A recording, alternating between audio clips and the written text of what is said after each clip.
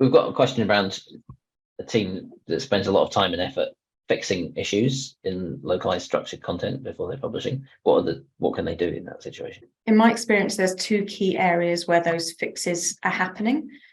One is when they receive localized content back from a vendor and it won't import into their system again. And that's often because of the way the content has been handled. Structured content files are often quite complex in the terms of how they're coded. And depending on how those files have been put through different systems or tools for localization and translation, the files can get broken, essentially, whether it's XML or HTML coding, for example, and they're needing to then fix the files in order to be able to pull them back into the system. The way that we would handle the files builds that into the process. So we would be carrying out that integration process and handling the files in such a way that there isn't the opportunity for those errors to come into the process. The other area is where fixes are required because of something that was in the English source in the first place. So an example would be putting quotation marks in alt text. Because things change in the translation, the order of the content is changed. That then gets interpreted as the end of a code of string code, and that breaks the process as well. So for those types of things, the answer is to go back to the English and fix it there so that it doesn't recur in the localized versions. Whereas for problems actually building the content and getting it into the system, they're things that should be worked out through an improved localization process. When we have a new client working with structured content, we generally find that the first couple of handoffs, we're going to discover a lot of these niggles, and we will introduce configuration in our pipelines to handle anomalies or unusual things in the content, but we'll also encourage the client to improve the quality and the consistency of the English so that it just makes things go through smoothly.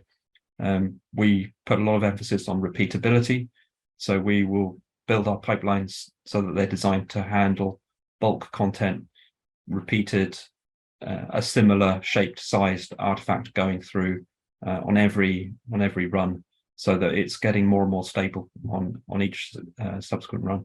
Are there any other kind of types of issues that commonly show up? I think there can be problems with content that's been authored in a way that isn't for other languages. If variables have been used or snippets have been used, for example, in such a way that they're built around the sentence structures that we have in English, those sentence structures aren't the same in other languages. How units of measure are formatted aren't the same in other languages, or how numbers are formatted. So if the content is written in English for the rules of English, that can cause problems as well. They're generally issues with the quality, and that again can be improved by going back to the English and authoring the content in such a way that it works for other languages as well. Are there any kind of mistakes people tend to make when trying to fix such issues that, I guess, make the situation worse?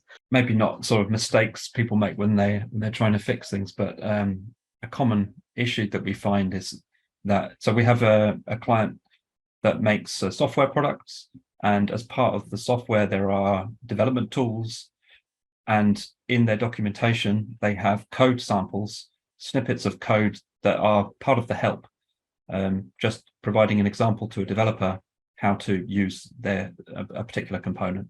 And often these code snippets should remain in English, or they should not be put in front of a translator. And what is challenging sometimes is to identify, as you're going through the help, which parts are code snippets and which parts are translatable text.